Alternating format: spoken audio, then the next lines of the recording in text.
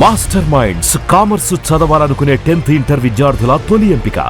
Hi hello నమస్తే and welcome to my show from the bottom of the heart in Suman TV, the India's largest digital media platform.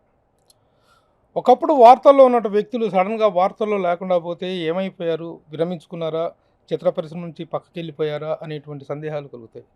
కానీ కొంతకాలం తర్వాత గోడగొట్టిన బంతుల్లాగా అదే స్పీడ్తో మరలా ఒకసారి పునఃప్రవేశం చేసినప్పుడు what are the sensations they are going to do అనేటువంటి ఒక ఉత్సుకత మనలో ఏర్పడుతుంది. అలాంటి ఒక ఇంట్రెస్టింగ్ కంటెంట్తో మళ్ళీ మన ముందుకు రాబోతున్నారు ఒకప్పటి ప్రముఖ దర్శకులు, రచయిత, పత్రికా సంపాదకులు అయినటువంటి అల్లాని శ్రీధర్ గారు.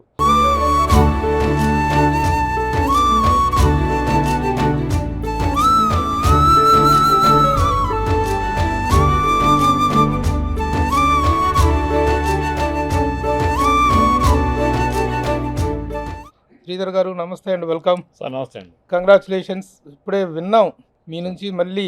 ఒకప్పుడు అల్లాని శ్రీధర్ అంటే ఇటు పత్రికా రంగంలో కానీ, ఇటు సినిమా రంగంలో డైరెక్టర్గా కానీ, ఒక సీరియల్ రచయితగా, అన్ని విధాలుగా స్టూడియో అధినేతగా, నిర్మాతగా, ఇన్ని విధాలుగా ఒక సెన్సేషనల్ ఎరా నడిచింది మీది. Thank you. అది తర్వాత మళ్ళీ చాలా గ్యాప్ వచ్చింది. గ్యాప్ వచ్చిన తర్వాత మళ్ళీ ఎక్కడ శ్రీధర్ అనుకున్న టైంలో ఇప్పుడు చాలా మంచి ప్రాజెక్ట్స్తో మీరు రాబోతున్నారని తెలిసింది. ఫస్ట్ మీరు చేయబోతున్న ప్రాజెక్ట్స్ ఏంటో మనం తెలుసుకున్న తర్వాత మీ ఫ్లాష్ బ్యాక్లోకి వెళ్దాం. ఫ్లాష్ బ్యాక్లో చాలా వివరాలు, విశేషాలు ఉన్నాయి. ఏంటి ప్రస్తుతం ఏం చేయబోతున్నారు? ప్రభు గారు మీలాంటి సీనియర్ జర్నలిస్టు, మీడియా సెలబ్రిటీ నన్ను ఇంటర్వ్యూ చేయడం చాలా సంతోషం నాకు. అయితే ఇప్పుడు నేను పత్రికలకి అంటే వార్తలు లేను కానీ పనిలో మాత్రం ఉన్నానండి. ఈ కాలం ఎప్పుడు గ్యాప్ లేకుండా ఉన్నాను. ఇప్పుడు ఫిల్మ్ మీడియా డిజిటల్ కంటెంట్ అని ఒక ప్రొడక్షన్ హౌస్ స్టార్ట్ చేశాను. దాని మీద మేము ఏం చేస్తామంటే డిఫరెంట్ ఛానల్స్కి, డిఫరెంట్ ప్లాట్ఫామ్స్కి, వ్యక్తులకి, నిర్మాతలకి మేము కంటెంట్ క్రియేట్ చేసి ఇస్తాం. అంటే మాకు స్టూడియోలు, తర్వాత తగిన టెక్నికల్ సిబ్బంది ఉన్నారు, డైరెక్టర్స్ కానీ మా దగ్గర, రైటర్స్, డైరెక్టర్స్ లాగా. అవునండి, అంటే ఒక కంటెంట్ ప్రొవైడింగ్ ఏజెన్సీ అనుకోండి. కంటెంట్ ప్రొవైడర్ అంటే డిఫరెంట్ జోనర్ సబ్జెక్ట్స్ ఇస్తారు. సబ్జెక్ట్ మేము ఇస్తాం, అడిగితే మేము చేస్తాం. మీ సబ్జెక్ట్ ఇస్తే మీకు చేసిస్తాం. సో అట్లాగనమాట. ఒక అంటే వీడియో ప్రొడక్షన్స్లో మెయిన్గా అది వర్కౌట్ అవుతుంది. ఎందుకంటే సినిమాలు అంటే సినిమాలు ఎవరికి వాళ్ళు కలిసి సమిష్టిగా చేయాల్సిందే. బట్ వీడియో కంటెంట్ వరకు ఏదన్నా షార్ట్ ఫిల్మ్ కానీ, వెబ్ సిరీస్ కానీ, లేకపోతే డిఫరెంట్ జోనర్లో కానీ అలాంటివి మేము క్రియేట్ చేయగలుగుతాం. అది మా దగ్గర టీం అంతా ఉంది, అదొక వర్క్ చేస్తున్నాము. తర్వాత ఒక వర్చువల్ వన్ అనే ఒక పెద్ద సంస్థ ఉంది. వర్చువల్ వన్తో కలిసి ఒక ప్రాజెక్టు ఫైనల్ స్టేజ్లో ఉందండి. అది త్వరలో వివరాలు చెప్తాము. అలాగే ఒక ప్రముఖ నిర్మాత ఉన్నారు, రిసార్ట్స్ ఓనర్ ఆయనతో ఒక డిస్కషన్ నడుస్తూ ఉంది. అది కూడా ఫైనల్ అవుతుంది. సో ఇలాగా ఇంకోటి ఏమంటే మీరు చెప్పారు, అప్పటి నుంచి కొమరం బియ్యం తీసినప్పటి నుంచి ఇప్పటి వరకు ఏ రోజు నేను ఖాళీగా లేను సార్ యాక్చువల్లీ. ఎందుకంటే ఎప్పుడైతే ఖాళీగా లేనంటే షార్ట్ ఫిల్మ్ అయినా చేస్తాను, లేకపోతే ఏదైనా డాక్యుమెంటరీ చేస్తాను, గవర్నమెంట్ కోసం కానీ, ఎన్జిఓస్ కోసం కానీ, ఎడ్యుకేషన్ ఫిల్మ్ ఏదో ఒకటి చేస్తూ ఉంటాం. లేదా స్క్రిప్ట్ రాస్తాను. ఆ మధ్యలో నవల కూడా రాశాను నేను. యాదాద్రి వైభవం అని ఒక నవల, అది ఎంఎస్కో వాళ్ళు ప్రింట్ చేస్తాను, త్వరలో రాబోతాం. సో ఇలాగా అంటే ఏ రోజు నేను వర్క్ చేయలేకపోతే ఆ రోజు నాకు విడ్రాయల్ సిమ్టమ్ వస్తుంది. అంటే మనకు మీరు ఈ మాదక ద్రవ్యాలు అలవాటు ఉన్న వాడికి, నాకు మందు కానీ సిగరెట్ కానీ ఏమి అలవాట్లేదు, ఉదాహరణ కోసం చెప్తా ఉన్నా. మరి తమ్ముళ్ళు పెట్టారనుకోండి నాకు ప్రాబ్లం అయిపోతుంది. అయితే మాదక ద్రవ్యాల వాడికి ఎట్లయితే ఆపేస్తే విడ్రాయల్ సిమ్టమ్ ఉంటుందో అట్లా నాకు కూడా పని లేకపోతే అలాంటి ప్రాబ్లం వస్తుంది. సో దేవుడి దయ వల్ల, మీలాంటి మిత్రుల ఆదాయం వల్ల డైలీ ఏదో పని చేస్తూనే ఉంటాను. అది హ్యాపీ నాకు. సో ఈరోజు సుమన్ టీవీ అనే ఒక పెద్ద సంస్థ నుంచి మీ నుంచి పిలుపు రావడం, మీరే డైరెక్ట్గా నేను ఇప్పుడు మిమ్మల్ని ఇంటర్వ్యూకి మీరు కాల్ఫర్ చేయడానికి కూడా ఒక పర్టికులర్ రీజన్ ఏంటంటే మీ దగ్గర నుంచి చాలా మంచి ప్రాజెక్టులు రాబోతున్నాయని తెలిసింది ఒకటి. At the same time advance happy birthday to you. Thank you. June 24 me birthday. ఎందుకంటే అప్పట్లో రెగ్యులర్గా రాసేవాళ్ళు మీ బర్త్డే, సినిమా ఇండస్ట్రీలో ప్రముఖుల బర్త్డేలని లిస్ట్ వేసేవాళ్ళు కదా. దాంట్లో జూన్ 24 మురళీమోహన్ గారి బర్త్డే, విజయశాంతి గారి బర్త్డే, డైరెక్టర్ అల్లాని శ్రీధర్ గారి బర్త్డే అని చెప్పేసి వస్తూ ఉండేది. అవునండి. రేపు 24 మీ బర్త్డే కాబట్టి ఆ సందర్భంగా కూడా మిమ్మల్ని ఇంటర్వ్యూ చేసి మీ కొత్త ప్రాజెక్టుల గురించి తెలుసుకుందాం అనుకున్నాం. యాక్చువల్గా అల్లాని శ్రీధర్ గారి గురించి చెప్పాలంటే ఆ రోజుల్లో సంచలనం సృష్టించినటువంటి గోండు కథ నాయకుడి యొక్క కొమరం భీమ్ కథని తెరకెక్కించి first time national and international లెవెల్లో ఒక అద్భుతమైన అవార్డులు సాధించినటువంటి డైరెక్టర్ తను. తర్వాత కొమరం భీమ్ గురించినటువంటి చరిత్ర రాజమౌళి గారు తీసినప్పుడు త్రిబుల్-ఆర్‌లో కొమరం భీమ్ గారి ప్రస్తావన వచ్చినప్పుడు ప్రతి ఒక్కరికి గుర్తొచ్చినటువంటి పేరు అల్లాని శ్రీధర్. ఎందుకంటే ఆ రోజున కొమరం భీమ్ వాస్తవ చరిత్రను వాస్తవికంగా ఆ అడవుల్లో, ఆదిలాబాద్ అడవుల్లో ఆయన ఎంత కష్టపడి ఆ రోజున ఆ సినిమా తీశారో, ఆ వాస్తవ నేపథ్యం మొత్తాన్ని కళ్ళారా చూసినవాడిని కాబట్టి ఆ రోజులు గుర్తుకొచ్చినాయి. త్రిబుల్-ఆర్ నడుస్తున్నంత కాలం రాజమౌళి గారు ఆ ప్రస్తావన తీసుకొచ్చినప్పుడల్లా, కొమరం భీమ్ పేరు వచ్చినప్పుడల్లా మీరు గుర్తుకొచ్చేవాళ్ళు అందరికీ. ఆ విధంగా కొమరం భీమ్ డైరెక్టర్గా, ఆ తర్వాత అక్కినేని నాగేశ్వరరావు గారితోటి, జగపతి బాబు గారితో రగులుతున్న భారతం అనేటువంటి చాలా పెద్ద గురుగారు దాసరి గారు మంచి క్యారెక్టర్, గురుగారు దాసరి నారాయణరావు గారు, the legend director Dasari Narayanarao గారిని, మహానటులు అక్కినేని నాగేశ్వరరావు గారిని, జగపతి బాబు గారిని ముగ్గురిని ఒకే ఫ్రేమ్లో డైరెక్ట్ చేసినటువంటి డైరెక్టర్. తర్వాత ప్రేమైన ప్రాణం, జేడి చక్రవర్తి హీరోగా సినిమాలు చేశారు. మొత్తం 9 సినిమాలు చేసినట్టున్నారు. అవునండి, 9 ఫిలిమ్స్ డైరెక్ట్ చేశారు. అవునండి. తర్వాత ఇక సీరియల్స్ అవన్నీ కంటిన్యూస్గా చేస్తూనే ఉన్నారు. ప్రొడక్షన్ ఎప్పుడు నడుస్తూనే ఉంటుంది. అంతేనండి, ఏదో ఒకటి చేస్తున్నాను. వేరే వాళ్ళ కోసం పని చేయడము, నా కోసం నేను పని చేయడము అది జరుగుతూ ఉందండి. ఎందుకంటే ఇది నేను అవసరమైన రూపం మార్చుకుంటూ వచ్చాను, ప్రక్రియ మార్చుకుంటూ వచ్చాను. సినిమా ఉన్నంతకాలం సినిమా దర్శకుడు, లేకపోతే టీవీ సీరియల్స్, లేదా వెబ్ సిరీస్, లేదంటే గవర్నమెంట్ యాడ్స్, లేదా ఎన్జిఓ వర్క్స్, అలా డాక్యుమెంటరీస్, అలా ఏదో ఒకటి జరుగుతూ ఉంటుంది. ఎందుకంటే మనకు టీం ఉంది, వాళ్ళందరికీ మాకు పన్నడవాలి కాబట్టి. అలాగే తెలంగాణ సినిమాకి సంబంధించిన వరకు ఒక చరిత్రను తీసుకుంటే, తెలంగాణ సినిమా చరిత్రలో ఆనాటి మహానుభావుల దగ్గర నుంచి పైడి జయరాజ్ గారి దగ్గర నుంచి చూసుకున్న, ప్రభాకర్ రెడ్డి గారు, కాంతారావు గారు, ఇలాంటి ప్రముఖులందరి దగ్గర నుంచి చూసుకున్న, తర్వాత జనరేషన్లో ఒక డైరెక్టర్స్గా, రైటర్స్గా వచ్చిన వాళ్ళల్లో మీ పేరు కానీ, సానా ఐదిరెడ్డి గారు కానీ, ఇంకా చాలామంది ప్రముఖులు, ఇప్పుడు కొత్తగా వస్తున్నటువంటి జనరేషన్లో కొంతమంది యంగ్ డైరెక్టర్స్, మీరందరూ కూడాను, ఎన్ శంకర్ గారు, మీరందరూ కూడా ఒక జనరేషను. అవునండి. అయితే మీరు ఈ మధ్య కాలంలో యాక్టివిటీ నుంచి అంత కొంచెం దూరం అవ్వడానికి కారణం ఏంటి?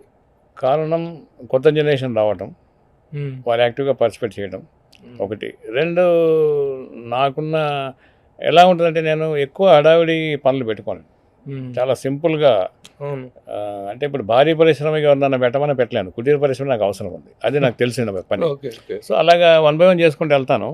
ఇంకోటి, వివాదాలు కానీ నినాదాలు కానీ లేవు నాకు, వాటి జోలికి వెళ్ళను. మన జీవితం మనం సాఫీగా వెళ్ళిపోవాలి. మనము ఈ రంగంలోకి వచ్చాము, మా వెనక ముందు ఎవరు లేకపోయినా దీనిలో ఇంతకాలం కొనసాగడమే ఒక విజయం అనుకుంటాను నేను. సినిమా ఇండస్ట్రీలో ఎలాంటి నేపథ్యం లేని వ్యక్తి మీరు. అవును, ఇక్కడ ఎవరు మీకు బంధువులు లేరు, ఎవరు లేరు. కానీ శతాధిక చిత్ర దర్శక శిఖరం దాసరి నారాయణరావు గారి దగ్గర అసిస్టెంట్ డైరెక్టర్గా పనిచేయటమే కాకుండా, ఆయన పత్రికకి సంపాదకుడుగా మీరు పనిచేశారు. ఉదయం పత్రికలు, ఉదయం వీక్లీ పత్రిక. అసలు ఎలా సాధ్యపడింది? అసలు ఎలా మీ రంగంలోకి మీ ప్రవేశం, అంటే మనకు ఒక సామెత, మీ ప్రస్థానం ఎలా సాగింది?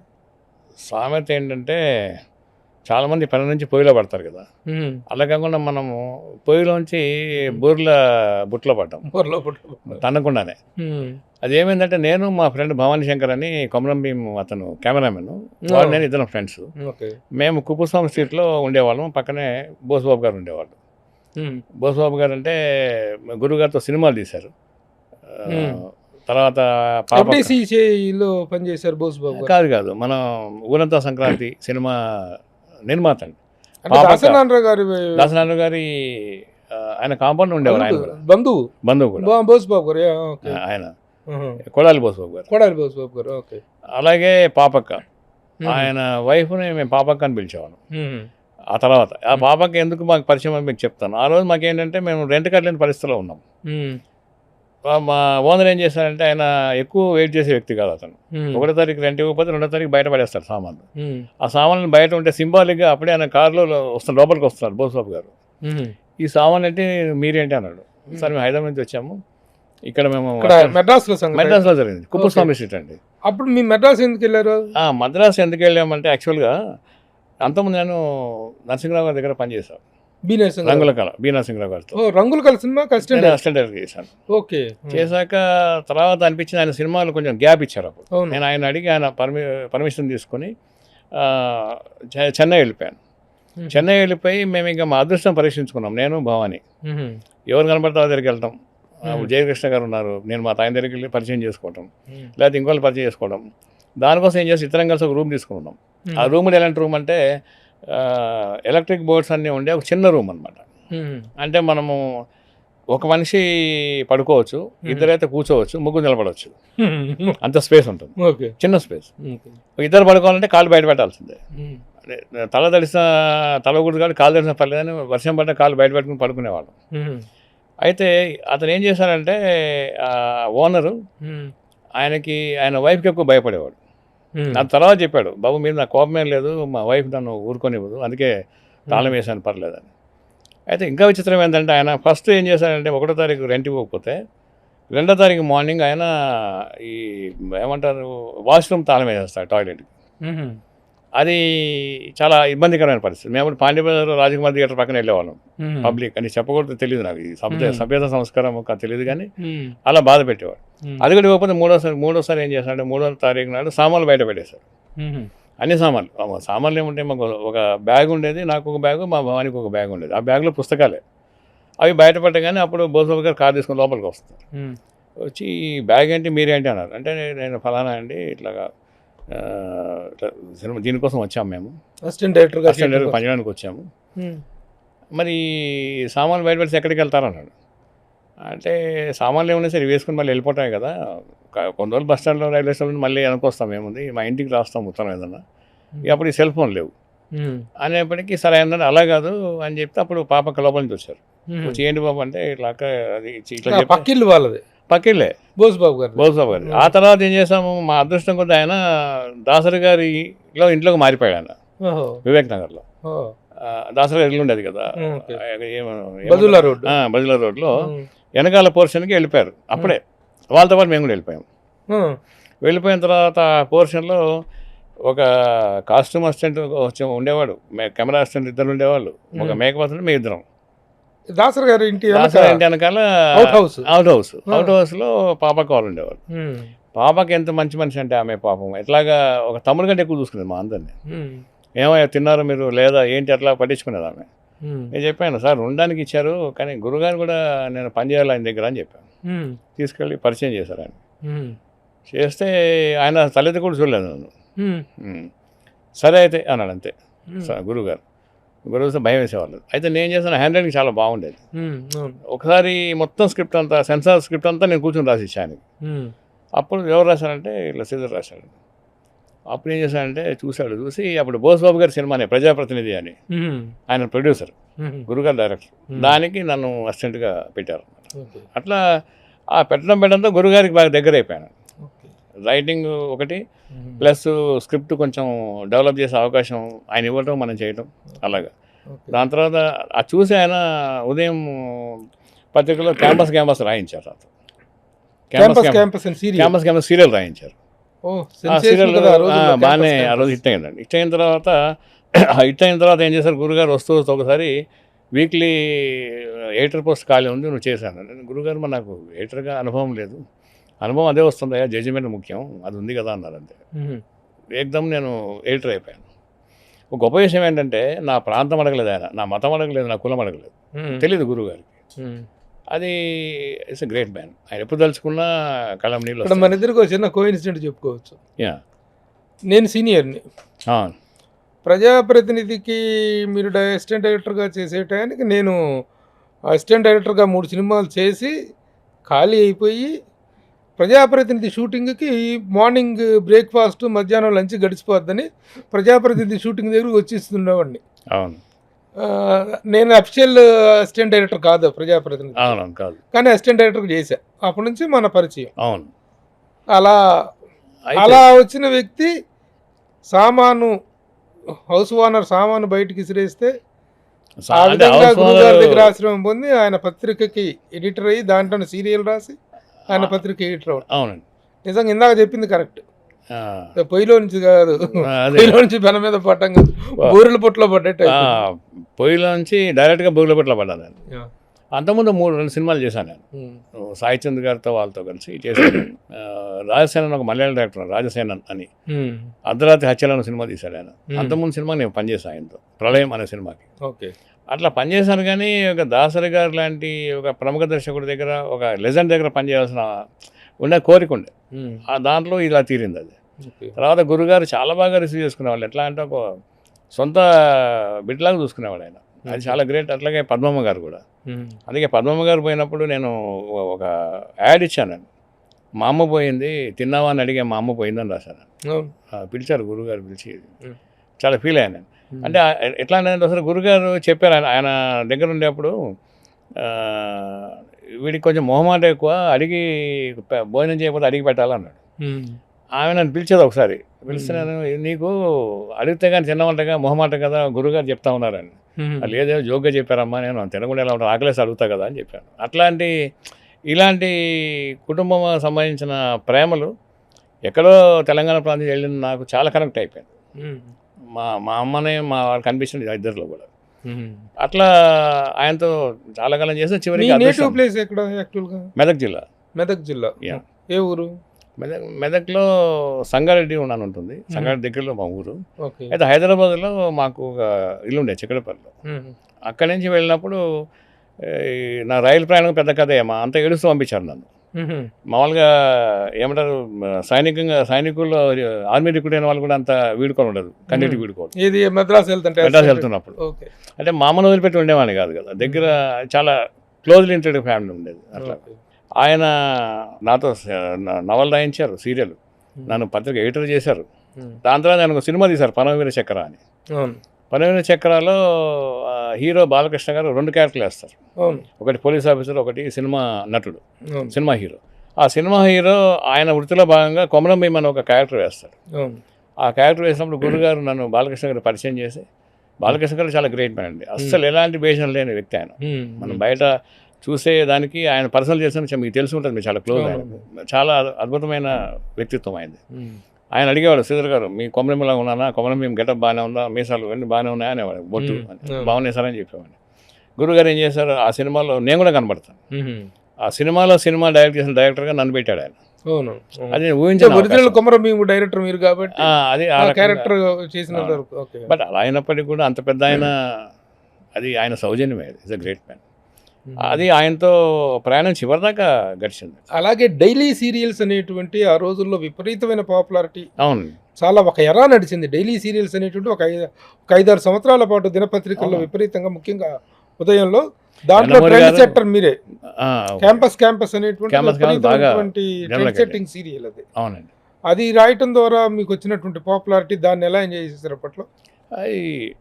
అది నేను ఊహించలేని పాపులారిటీ. అది అంతకుముందు కంటే కూడా అప్పుడు చాలామంది నాకు ఉత్తరాలు రాసేవాళ్ళు, ఇట్లా చేసేవాళ్ళు. తర్వాత ఎక్కడ పైన గుర్తుపట్టేవాళ్ళు. క్యాంపస్ అనేది జార్జ్ రెడ్డి కథ యాక్చువల్గా. అది జార్జ్ రెడ్డి కథను బేస్ చేసుకొని ఒక ఆల్ఫా హోటల్లో అది బుల్లెట్స్ గుర్తులుండేవి. షూటింగ్ ఎప్పుడో జరిగినప్పుడు. తర్వాత అది జార్జ్ రెడ్డికి సంబంధించిన కాదు, వేరే. అక్కడ చూసాక అనిపించింది, ఒక విద్యార్థులు పనిచేసే క్యాంపస్లో ఈ బుల్లెట్లు ఏంటి, రాజకీయాలు ఏంటి. విద్యార్థి రాజకీయాలు మంచివే, కానీ ఇలాంటి హింసను ప్రేరేపించే రాజకీయాలు ఏంటి అని అనిపించింది. దాన్ని బేస్ చేసుకుని కొంత వర్క్ చేసుకుని చేశాను. ఫిక్షన్ నేను రాసింది, జార్జ్ రెడ్డి కథ కాదు. జార్జ్ రెడ్డి గారు బేస్ చేసుకుని హీరో పేరు రాజిరెడ్డి అని పెట్టాను. అట్లా స్టార్ట్ చేశాను. అది బాగానే వెళ్ళింది. అంటే అప్పుడంతా ఆ యవనం ఉత్సాహం ఉంటుంది కదా, ఆ టైప్లో ఉండేది. రగులుతున్న భారతం ఒకటి పెద్ద సెన్సేషన్. ముగ్గురు ఈ రోజున టాప్ పర్సనాలిటీస్, దాసరి నారాయణరావు గారు, అక్కినేని నాగేశ్వరరావు గారు, అవును, జగత్ బాబు. అప్పుడు సినిమా పత్రిక కవర్ పేజ్ చేసిందండి. కవర్ పేజ్ చేసినప్పుడు చిరంజీవి గారు స్విచ్ ఆన్, అక్కినేని నాగార్జున గారు క్లాప్ ఇచ్చారు. తర్వాత నాగేశ్వరరావు గారు ఉన్నారు, దాసరి గారు ఉన్నారు, నేనున్నాను. ఆ మొత్తం అంతా సినిమా పత్రికలో వచ్చింది. అయితే ఏమవుతుందంటే దానిలో అది చాలా సుబ్రహ్మణ్యంగా దానికి రైటరు, దానికి నిర్మాత కూడా ఆయన. దానికి నందవరం కూడా వచ్చింది బెస్ట్. అయితే ఏమైందంటే ఎర్లీ సక్సెస్ అనేది ఒక మనిషిని మిస్లీడ్ చేస్తుంది. అంటే బిగినింగ్లో ఎక్కువ సక్సెస్ అయిన వాళ్ళు. అంటే ఇంకొకటి కూడా పెద్ద కాంట్రాస్ట్ ఏంటంటే, కొమరం భీమ్ లాంటి ఒక ఆఫ్ బీట్ ఫిల్మ్ అవును తీసిన తర్వాత, ఒక వాస్తవ నేపథ్యంలో ఒక గోండు వీరుడు కథ తీసిన తర్వాత, రగులుతున్న భారతంలో ఒకేసారి ఇంత పెద్ద ప్రమోషన్ అని మొత్తం అంతా షాక్ అయింది ఇండస్ట్రీ. అవును, మధ్యలో ఇంకో చిన్న సినిమా ఒకటి చేసినట్టున్నారు కదా? లేదు, రెండో సినిమా కొమరం భీమ్ తర్వాత రగులుతున్న భారతం. దానికి షాకింగ్ ప్రమోషన్ అది. అవునండి, అది ఎందుకంటే ఉత్తమ దర్శకుడు అవార్డు రావటం, ఇది కొమరం భీమ్కి జాతీయ సమగ్రత చిత్రం అవార్డు రావటం, అవార్డు వచ్చే సమయంలో నేను కొమరం భీం ఒక కష్టాల కడలి అది. అవును. ఆర్థికంగా చాలా రకాలు. మీరే నిర్మాత దానికి? నేనే నిర్మాత, ఒక నిర్మాత. One of the ప్రభుత్వ సహాయంతో నిర్మాత, ఒకనే నిర్మాత నేనే. ప్రభుత్వం ఇచ్చింది కదా మీకు కొంత ఫండ్ ఇచ్చింది. అదే ట్రైబల్ వెల్ఫేర్ అది డిపార్ట్మెంట్, ఆదివాసీ చిత్రాల నుండి. ఆదివాసీ ఇదేను. అవును, వాళ్ళు ఇచ్చారు కానీ అది సరిపోలేదు, ఏ పార్టీకి సరిపోలేదు. అది డాక్యుమెంటరీ కోసం అని అనుకుని దాన్ని నేను సినిమా కింద మార్చుకున్నాను. సరిపోకపోతే బయట చేశాను, ఇలా చేశాను. అలాంటప్పుడు నేను చెన్నై వెళ్ళిపోయాను. చెన్నైలో ఏదైనా వర్క్ చేస్తామని వెళ్ళాను. ఆ టైంలో నాకు ఇక్కడి నుంచి ప్రొడక్షన్ మేనేజర్ ఫోన్ చేశాడు, ఇట్లా మీకు అవార్డు అనౌన్స్ చేశారు, బెటర్ కమ్బ్యాక్ అని. నేను ఇంక వద్దనే వెళ్ళిపోయాను. ఈ సినిమా ఇంకా అవ్వదు, చేయదు, దీని ముందుకెళ్ళదు అనే ఉద్దేశంలో నిరాశలో ఉన్నప్పుడు అవార్డు వచ్చింది. వెనక్కి వచ్చాను. అక్కడి నుంచి నిరుత్సాహాన్ని వదిలేసి ఉత్సాహంగా ముందుకు వెళ్ళిపోయాను. అక్కడి నుంచి సినిమా ప్రయత్నం చేయడం, ఆ సినిమాని రిలీజ్ చేయడం కోసం ప్రయత్నం చేయడం 18 ఏళ్ళు పట్టిందండి. 19 అవార్డు వస్తే 2010లో రిలీజ్ అయింది సినిమా. అది ఏది? Komaram commercial release. అవార్డు అయితే అప్పుడే వచ్చింది. అవార్డు 90లో వచ్చింది, 91లో అనౌన్స్ అయింది. బట్ 18 years తర్వాత అది రిలీజ్ నోచుకుంది. అది అంటే యావజ్జీవ శిక్ష వేసిన 14 సంవత్సరాలే ఉంటుంది యాక్చువల్గా. నాకు 4 సంవత్సరాలు ఎక్కువ పడింది ఆ సినిమా విషయాల్లో. దాంతో అలాగా జరిగింది అనమాట. తర్వాత త్రిబుల్-ఆర్లో రాజమౌళి గారు ఈ క్యారెక్టర్ ఇన్స్పిరేషన్తో, అవును, ఇది not the actual Komaram Bheem, ఈ క్యారెక్టర్ ఇన్స్పిరేషన్ నుంచి తీసుకున్నారని టేక్ ఆఫ్. అంతే అండి. కొమరం భీం అని పేరు పెట్టినప్పుడు కొంచెం ఉలిక్కిపడ్డా నేను. అప్పుడేదో చెప్పాను అక్కడ ఇక్కడ, కానీ తర్వాత ఆయన కల్పన అన్న తర్వాత నేను కూడా విరమించుకున్నాను. తర్వాత తెలంగాణ ఇండస్ట్రీలో ఈ రోజున తెలంగాణ ప్రభుత్వం అనేటువంటిది 2014లో ఏర్పడిన తర్వాత, June 2 ఏర్పడిన తర్వాత 10 సంవత్సరాల కాలం గడిచింది. తెలంగాణ మాండలికం అనేటువంటిది అంతకుముందు కెమిడియన్స్కి, అవును, క్యారెక్టర్ యాక్టర్లకి, విలన్లకి అనేటువంటిది వాడేవాళ్ళు. కానీ ఆ తెలంగాణ వచ్చిన తర్వాత తెలంగాణ లాంగ్వేజ్ అనేటువంటి దానికి ఒక గౌరవం, ఒక మాండలికానికి ఒక ఇది హీరోలకే పెడుతున్నారు, హీరోయిన్లకే తెలంగాణ మాండలికం వాడుతున్నారు. ఒక దర్శకుడుగా, ఒక రచయితగా ఈ పరిణామాన్ని మీరు ఎలా చూస్తారు? ఏదన్నా సినిమా అనేది ఒక వ్యాపార కళ, ప్రజా అభిప్రాయానికి అనుగుణంగానే ఉంటుంది. అది ప్రజలు ఒకప్పుడు డబుల్ మీనింగ్ డైలాగులు చూసారని అనుకుంటే నిర్మాత, దర్శకులు అదే పని చేసేవాళ్ళు కాదు. సిన్సియర్గా విశ్వనాథ్ గారి సినిమాలు చూస్తారంటే విశ్వనాథ్ గారి సినిమాలు తీస్తారు, లేదు అంటే శ్రీకృష్ణ గారి సినిమాలు చూస్తారంటే శ్రీకృష్ణ గారి సినిమాలు తీస్తారు. ప్రతిఘటన వచ్చిన రోజుల్లో ప్రతిగా ముందడుగు చాలా సినిమాలు వచ్చినాయి. సో ఆ రకంగా చూస్తే ప్రజా అభిరుచిలో, అంటే ముఖ్యంగా తెలుగు సినిమానికి కాసుల వర్షం కురిపించే ప్రేక్షకుల్లో ఈ మాండలికం పట్ల అభిమానం ఏర్పడింది అని అనుకున్న తర్వాత దాని మీద వెళ్ళిపోయారు వాళ్ళు. అది చాలా మంచి పరిణామం అది. ఎందుకంటే ఈ మాండలికాన్ని మీరు అన్నట్టుగా అంతమంది విలన్స్కి, కమెడియన్స్కి వాడడం అనేది ఉంది. ఇప్పుడు ఉన్న వాళ్ళంతా కూడా దాన్ని చాలా పాజిటివ్గా ప్రయోగాలు చేస్తున్నారు. చాలా అద్భుతంగా ఉంది. ఇది మంచి పరిణామం ఇది. అట్లాగే తెలంగాణ మాండలికంలో వార్తా న్యూస్ బులెటిన్ లేని ఛానల్ అంటూ లేదు ఈ రోజున. అవును, ప్రతి ఒక్కళ్ళు కూడా స్మార్ట్ న్యూస్ అనో అదనో ఇదనో తెలంగాణ తోటి అవునవును ఇచ్చేసేసి ఒక బులెటిన్ పెడుతున్నారు. అవును, అది కూడాను దాన్ని ఎలా చూస్తారు? ఆ భాషలో, ఆ యాసలో ఒక న్యూస్ బులెటిన్ రావటాన్ని అది మంచి పరిణామం అండి. వెల్కమ్ జెస్చర్ అది. ఎందుకంటే ప్రజలు మేము మా వేషభాషలు కానీ, మా సాంప్రదాయం కానీ, మా మాట తీరు కానీ అవహేళన గురవుతుంది అన్నప్పుడు వాళ్ళు చాలా రోజులు కష్టపడతారు, బాధపడతారు, మనసు కష్టపెట్టుకుంటారు. ఇలా మాట్లాడితే బాగుండదేమో, నేను నాగరికులు అనుకోరేమో అనుకుంటారు. కానీ అదే నాగరికం అయితే ధైర్యంగా ఉంటారు, వాళ్ళు ఆత్మగౌరవంతో ఉంటారు. అది జరుగుతున్నది, జరగాల్సింది కూడా అదే. తెలంగాణ, ఆంధ్రప్రదేశ్ 2 రాష్ట్రాలు ఏర్పడిన తర్వాత సరే అప్పట్లో ఒక నినాదం ఉండేది, అన్నదమ్ముల్లాగా విడిపోదాం, ప్రాంతాలుగా విడిపోదాం, అన్నదమ్ముల్లాగా కలిసి ఉందాం అనే స్ఫూర్తి ఎంతవరకు సినిమా ఇండస్ట్రీకి వర్తిస్తుందని చెప్పగలరు మీరు? చాలా క్రిటికల్ ప్రశ్న, జటిలమైన ప్రశ్న ఇది.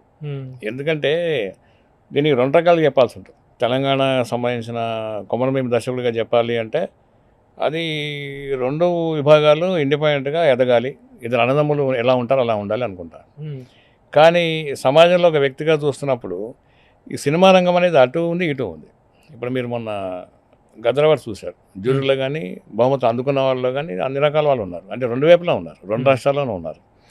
ఇప్పుడు మూలాలు కానీ కాలాలు కానీ ప్రశ్నించే సమయం కాదు ఇది. మనం ముందుకెళ్ళటమే కావాలి. తెలంగాణ సినిమాకు పెద్ద దిక్కులు, పెద్ద తలకాయలు, పాపులర్ పర్సనాలిటీస్ అంటే కాంతారావు గారు, ప్రభాకర్ రెడ్డి గారు. వాళ్ళ పేరు మీద కాకుండా సినిమాకి ఎలాంటి సంబంధము లేని గద్దర్ గారి పేరు మీద అవార్డులు పెట్టడం అనేటువంటిది, గద్దర్ గారిని గౌరవించడం అనేటువంటిది వేరే ప్రక్రియ, వేరేగా గౌరవించుకోండి. కానీ ఇలా ఎందుకు అనేటువంటి ఒక చర్చ అయితే జరిగింది. ఆ చర్చకి మీరిచ్చేటువంటి వివరణ ఏంటి? మీ అభిప్రాయం ఏంటి? చర్చ జరిగి వచ్చాము కానీ బలంగా జరగలేదు. ఒకటి బలంగా జరుగుంటే అప్పుడే సాధ్యాసాధ్యాలు ఆలోచించేవాళ్ళు. మా కమిటీ నియమించిన రోజు నాటికే మాకు ఇచ్చిన జీవోలోనే Gaddar film awards guidelines committee అని ఇచ్చారు మాకు. అప్పటికి పేరు నిర్ణయం అయిపోయింది. పేరు పెట్టాక పిలిచారు. అందుకని పేరు ఎందుకు పెట్టారు ఏంటి అనేది అనుకుంటే గద్దర్ సినిమా వ్యక్తి కాదు అని అనడం లేదు. గద్దర్ యొక్క సాహిత్యం యొక్క ప్రభావం సినిమాకి చాలా ఉంది. ఎన్నో విప్లవ గీతాలు ఆయన రాసినవి, ఆయన పేరుతో ఉన్నవి, ఆయన అనుసరించినవి చాలా ఉన్నాయి. సో గద్దర్ ఒక చైతన్యానికి, ఒక సంస్కృతికి ఒక ప్రతీక అతను. సో ఫిలిం అవార్డ్స్ అనేది ఏ పేరున పెట్టుకోవచ్చు అండి. హంస పెడితే అది హంసేం సినిమా చేయదు కదా. లేకపోతే నందికి సినిమాకి ఏం సంబంధం? అయితే నంది అంటే నటరాజు వాహనం, నటరాజు అంటే కళలకు అని ఇంటర్ప్రిటేషన్ అధిదేవత, నటరాజు కళలకు అధిదేవత. అవునండి, అధిదేవుడు కాబట్టి అధిదేవుడి వాహనాన్ని నందిగా పెట్టారనేటువంటిది ఆ రోజున ఇచ్చుకున్నటువంటి ఇంటర్ప్రిటేషన్. ఇవ్వాలి నంది అవార్డ్స్ పెట్టినప్పుడు తెలంగాణ గడ్డ మీద తెలంగాణ నందికి ఏమి సంబంధం అనే మాట మీరు అన్నారు చూసారా? నందికి సంబంధం అంటే అది నంది అవార్డ్స్ చేయట్లేదు కాదు సార్. నంది అవార్డ్స్ ని పెట్టడం వెనుక ఉన్నటువంటి రీజనింగ్ ఏంటనేటువంటిది చెప్పారు. నటరాజ వాహనం కాబట్టి పెట్టారు. ఓకే, ఇది ఇతను కూడా ఒక తెలంగాణ గడ్డ మీద ఒక ఉద్యమానికి, ఒక సంస్కృతికి, ఒక సాంస్కృతిక విధానానికి అతను చిహ్నం. గద్దర్ అనే వ్యక్తి ఒక వ్యక్తి కాదు అతను. అసలు గద్దర్ వదిలేసేయండి, గద్దరని వదిలేసినా కూడా ఒక ఏమంటారు, తలకి రుమాలు చుట్టుకుని ఒక డప్పు పెడితే కూడా తెలిసిపోతుంది గద్దర్ అన్న అని. అంటే అంత బలమైన ముద్ర వేశాడు ఆయన. సో అందుకని ఆయన పేరు పెట్టడంలో ఎలాంటి ఆక్షేపం లేదు, ఎలాంటి ఇది పొరపాటు లేదు. ఇంకా చెప్పాలంటే మీరు అంతకుముందు సరోజినీ నాయుడు అవార్డు ఉందండి. సరోజినీ నాయుడు జాతీయ సమగ్ర చిత్రం అవార్డు ఉంటుంది. సరోజినీ నాయుడు గారికి ఏం సంబంధం, సినిమాలు చేయలేదు ఆమె. అట్లాగే ఇందిరాగాంధీ డెబ్యూ అవార్డు ఉంటుంది నేషనల్ అవార్డ్స్. అది వాళ్ళు స్మరించుకోవడం, వాళ్ళ పేరుతో వాళ్ళు చేసిన పనికి గుర్తుపెట్టిన అవార్డు ఇవ్వడం కాదు. వాళ్ళ పేరు మీద అవార్డు ఇస్తే అది తీసుకున్న వాడికి గుర్తుంటుందని, తీసుకున్న వాడికి ధైర్యంగా, గౌరవంగా ఉంటుందని. అట్లా గద్దర్ను మించిన సాంస్కృతిక సారథి, సాంస్కృతిక వారధి తెలంగాణ గడ్డ మీద ఎవరు లేరు. మీరు చెప్పిన పేర్లన్నీ గొప్ప పేర్లే. దాశరథి ఉన్నారు, రాయనరెడ్డి గారు ఉన్నారు, అవన్నీ కూడా చేస్తాం. ఇప్పుడు మనకు ఒక బిడ్డ పుట్టాడు, ఈ బిడ్డ పేరు తాతగారి పేరు ఎందుకు పెట్టావు, బామ్మ పేరు ఎందుకు పెట్టలేదంటే ఇంకో బిడ్డ పుడితే పెడతాం, ఏముంది.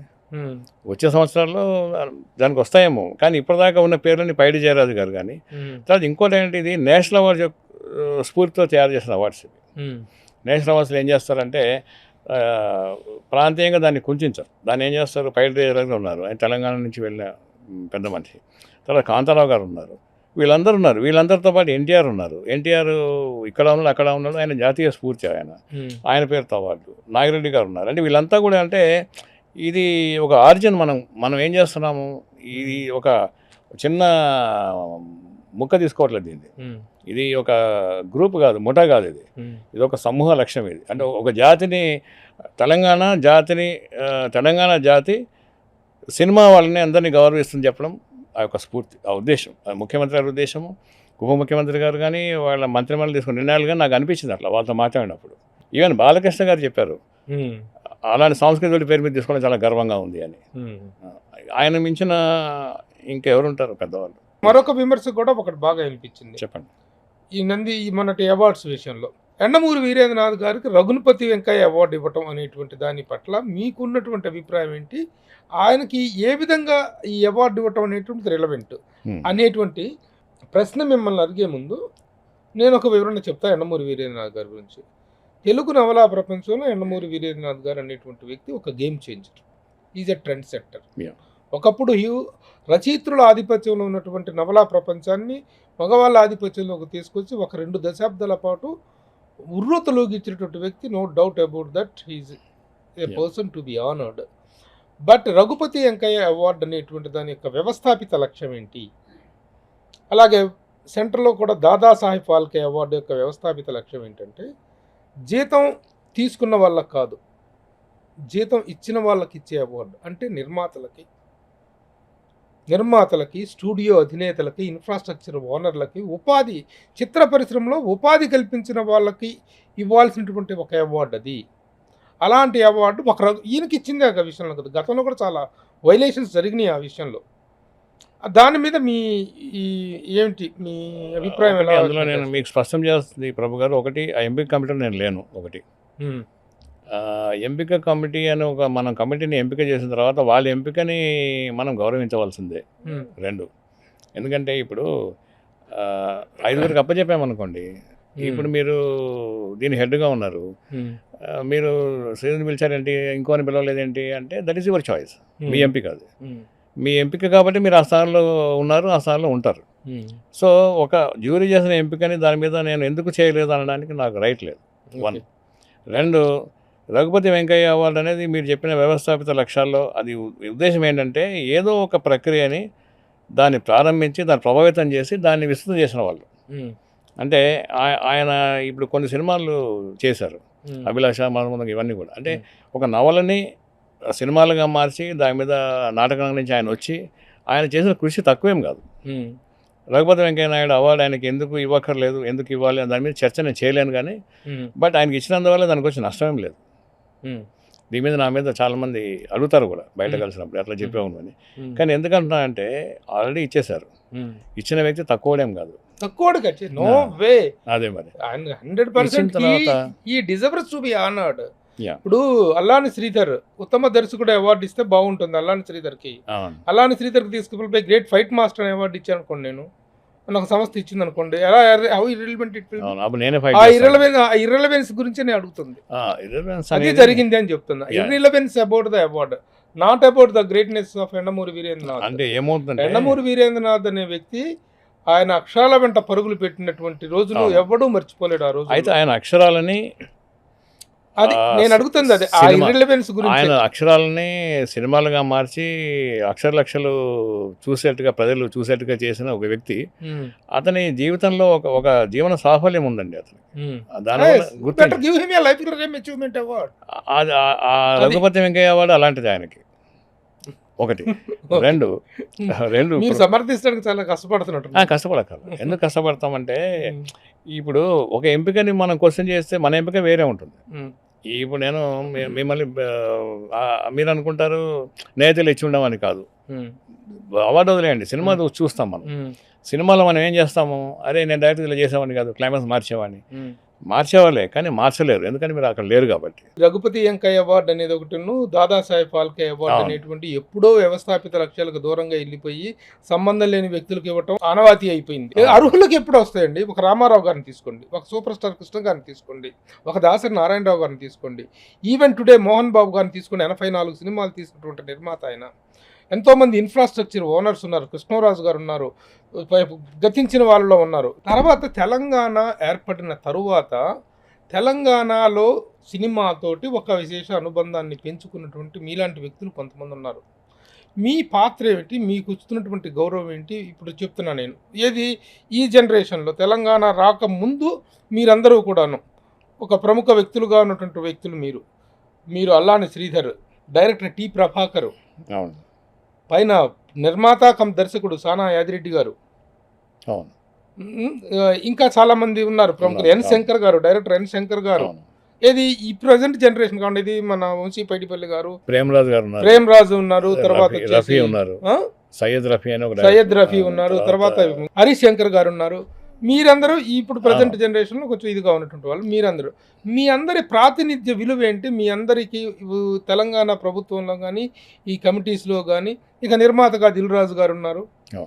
మీ అందరికీ తెలంగాణ పరంగా ప్రభుత్వ కమిటీస్లో కానీ వాటిలో వస్తున్నటువంటి ఇది ఎలా ఉంది?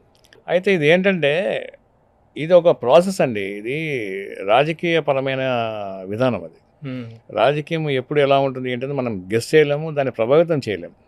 అప్పుడు ఒక ప్రభుత్వం, ఇప్పుడు ఒక ప్రభుత్వం ఉంది, వీళ్ళ ప్రాధాన్యత వేరే ఉంటాయి, వాళ్ళ ప్రాధాన్యత వేరే ఉంది. తెలంగాణ వచ్చిన కొత్తలో కదా నిధులు నియామకాలు అన్నారు, కొంతకాలం గడిచిపోయింది. వీళ్ళు వచ్చిన తర్వాత వీళ్ళు ఈ ప్రాధాన్యత అంశాలు వీళ్ళకు ఉన్నాయి. అవార్డ్స్ టేకప్ చేశారు. అవార్డ్స్ అనేది ఒక ముందడుగు, అంటే మేబీ ఒక స్టెప్ అనమాట. మేమందరం మనందరం సంతోషపడాల్సిన విషయం ఏంటంటే ఏమి లేని చోట ఒక అడుగు ముందుకు పడింది. 60 అవార్డులు 1-2 అవార్డుల మీద విమర్శలు వస్తే వచ్చిండు కాక, కాకపోతే ప్రాసెస్ అంటే భయపడుతుంటే అవ్వదు.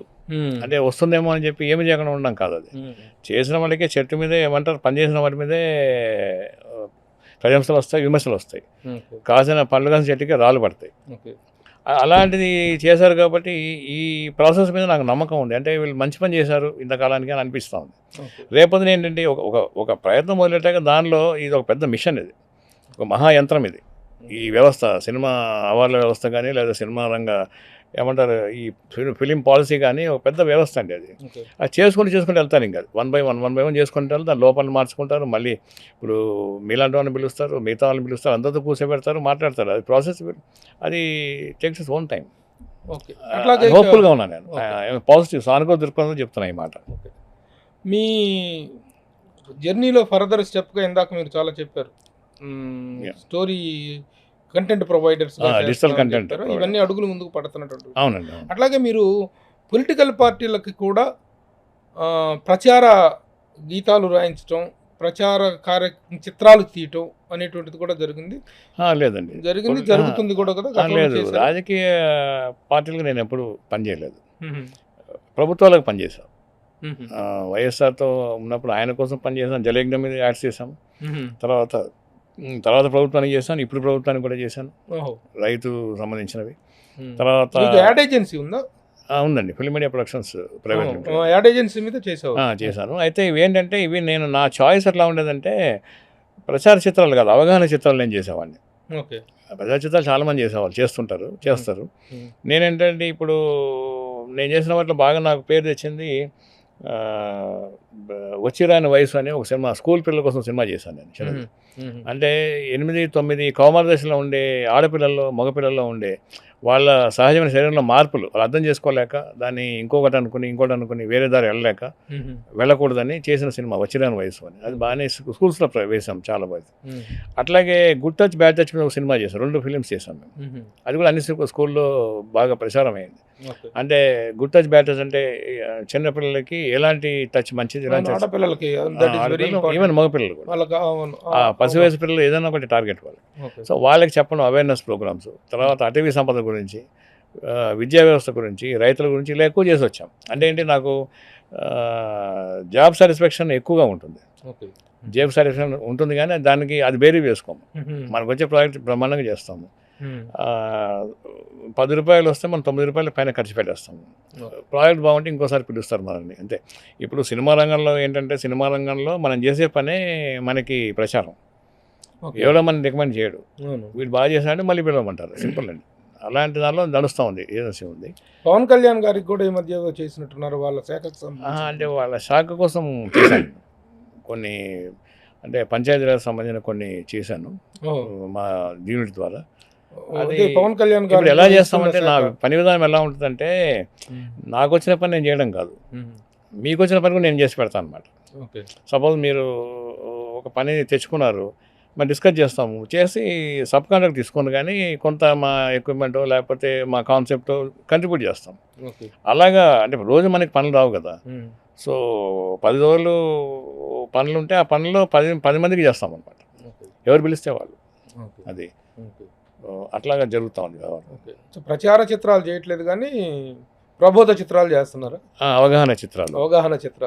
ఇది డిఫరెంట్ ఇష్యూస్ ఏదైనా కావచ్చు, దేనికనండి. ఇప్పుడు రైతులు నాటు ఎట్లా వేయాలి, లేదా ఆయిల్ పామ్లో సాగు ఎలా చేయాలి, ఆయిల్ పామ్ సాగు చేస్తే ఎన్ని సంవత్సరాలు వెయిట్ చేయాలి, అంతర పంటలు ఏంటి, ఆ పంటల మీద ఏమొస్తుంది, గవర్నమెంట్ ఎన్జిఓ ఆర్గనైజేషన్ కూడా, గవర్నమెంట్ రైతు ఫౌండేషన్స్ లాంటి వాటికి, అలా మిగతా వాళ్ళు కూడా చేస్తూ ఉంటాం. అంటే ఏం లేదు, ఇది కెమెరా పనిచేస్తుండాలి, నేను పనిచేస్తుండాలి. ఓకే, అదే సింపుల్. కెమెరా ఆడుతుండాలి, మీరు పనిచేస్తుండాలి. అంతే. అది ఒకసారి మనకి రూపాయి వస్తుంది, ఒకసారి 10 పైసలు వస్తుంది, ఒకసారి ఏమీ రాదు. Even then will happy. అంటే లైఫ్ సెటిల్డా ఇన్ని సంవత్సరాలుగా ఇండస్ట్రీలో, ఇంట్లో సామాను బయటపడేయించుకునేటువంటి పరిస్థితుల్లో అసిస్టెంట్ ఇంట్లో సామాను కొనే పరిస్థితికి వచ్చాము. ఇంట్లో సామాన్ ఇంట్లోనే ఉండే పరిస్థితి వచ్చింది. అయితే ఏంటంటే సెటిల్డ్ అనే దానికి నాకు ఒకటి, బుద్ధుడి మీద సినిమా చేశాను నేను, తథాగత బుద్ధ అని. సద్గురు శివానందమూర్తి గారు చాలా గ్రేట్ మ్యాన్ అండి, ఆయన దానికి రచన, రాజ్ కందుకూరి గారు నిర్మాత దాన్ని 50 దాదాపు 50 days ఆడింది. మొత్తం నార్త్ ఇండియాలో హిందీలో చేశాను, హిందీ తెలుగు రెండు. తెలుగులో 4 weeks, అక్కడ 50 days పైన ఆడింది. తర్వాత యూట్యూబ్లో దాన్ని దాదాపు 1.5 మంది చూశారు. ఇంకా ఉండేది చూస్తూనే ఉన్నారు. అయితే దానిలో బుద్ధుడు ఏమంటాడంటే కోరిక దుఃఖానికి కారణం అంటాడు. నేనేమంటానంటే పోలిక దుఃఖానికి కారణం అంట. ఎవరితో పోల్చుకోవద్దు. నేను నా ఎవరితో నేను పోల్చుకోను. ఆయన గొప్ప డైరెక్టర్, ఆయన డబ్బులు సంపాదిస్తాడు, హ్యాపీగా ఓకే దెన్. సో నేను నా పనిలో నేను మా ఇంటికి రెంట కట్టగలుగుతున్నానా, లేదా మా ఇంటి సరుకులు తెచ్చుకోగలుగుతున్నానా, మా అమ్మాయి పెళ్లి చేయగలిగానా, అంతవరకు నేను చూసుకుంటా. అంతేగాని పెద్ద కార్లు వెళ్ళాలి, పెద్ద బిల్డింగ్లో ఉండాలనేది అది కోరిక అవుతుంది, పోలిక అవుతుంది. ఆ రెండు లేవు మనకి. నాకు లేవు, మా కుటుంబానికి లేదు. కొంతవరకు హ్యాపీ. అది హ్యాపీ లివింగ్. అంతేనండి. ఇద్దరు పిల్లలండి. మా వాడు కూడా అనుకోకుండా ఇదే లైన్లోకి వచ్చాడు. ఓకే. వాడు అసోసియేట్గా చేస్తున్నాడు, వర్క్ చేస్తున్నాడు, స్క్రిప్ట్ రాస్తాడు, ఎడిటింగ్ చేస్తాడు, అన్నీ చేస్తాడు బాగానే. ఏఐ మీద మంచి గ్రిప్ ఉంది. ఏఐ మీద వరల్డ్ సినిమా మీద బాగా అవగాహన ఉంది వాడికి. వర్క్ చేస్తున్నాడు. మా అమ్మాయి డాక్టర్, దాన్ని కోవిడ్లో పెళ్లి చేసాం. కోవిడ్ టైంలో, కోవిడ్ కళ్యాణం. అల్లుడు కూడా బాగానే ఉన్నాడు. నేను చేసిన మంచి పనులు ఏంటంటే కొమరం సినిమా చేయడం, మా అమ్మాయి పెళ్లి చేయడం. ఆ రెండు అసాధ్యాలే నా జీవితానికి. అమ్మాయి పెళ్ళి అంటే బోల్డ్ అంతా ఉంటుంది. అంటే కుదరాలి సంబంధం, బోల్డ్ డబ్బులు ఖర్చు పెట్టాలి, అందరినీ సంతృప్తిపరచాలి, తర్వాత వాళ్ళ కాపురం బాగుండాలి. లక్కీగా జరిగింది. సక్సెస్ కొమరం మేము రిలీజ్ అవుతాం. అంతేనండి. ఆ రెండు 9 సినిమాలు చేసి ఒక సినిమా సక్సెస్ రిలీజ్నే సక్సెస్గా అనుకుంటున్నారు. అవును. ఎందుకంటే అది ఇప్పుడు మనం ఏం చేస్తామంటే, మన ఎంతమంది పిల్లలు మన దగ్గర ఉన్నా ఒక పిల్లవాడు కొంచెం ఇంకా ఎదగలేదు, ఇంకా జాబ్లో రాలేదు అంటే వాళ్ళ గురించి టెన్షన్ పడతాం. వాడు చిన్న ఉద్యోగం వస్తే సంతోషపడతాం. అట్లాగా నాకున్న దాంట్లో నేను ఐఎమ్ హ్యాపీ నో, బాగానే ఉంది. కాకపోతే మీకు చెప్పే కదా, పోలిక లేదు నాకు ఎవరితో. So very good, congratulations. ఇప్పుడు మళ్ళీ మీరు చేయబోతున్నటువంటి వెంచర్స్, ముఖ్యంగా స్టోరీ ప్రొవైడింగ్, కంటెంట్ ప్రొవైడింగ్ అనేది చాలా మంచి నిర్ణయం. ఎందుకంటే ఈ రోజున కరెక్ట్ కంటెంట్ అనేటువంటిది లేక ప్రతి ఒక్కళ్ళు కంటెంట్ ఈజ్ ద కింగ్ అంటున్నారు. కానీ కంటెంట్ సరైనటువంటిది లేక నిర్మాతలు కథల కోసం పరాయి భాషల మీద, పరాయిల మీద ఆధారపడాల్సినటువంటి పరిస్థితి వస్తుంది. అలాంటి సమయంలో నిజంగా ఒక మంచి కన్స్ట్రక్టివ్ కంటెంట్ ఇవ్వగలిగితే మాత్రం డెఫినెట్గా మీ ప్రయత్నాలు సఫలీకృతం అవుతాయి. దర్శకుడిగా, రచయితగా మీ ప్రయాణం చక్కగా జరగాలని ఆకాంక్షిస్తూ, అభిలషిస్తూ, అభినందిస్తూ all the best and happy birthday Sridhar గారు. సుమన్ టీవీలో మీ పర్సనల్ అండ్ బిజినెస్ ప్రమోషన్స్ కోసం కింది నెంబర్కి కాంటాక్ట్ చేయండి.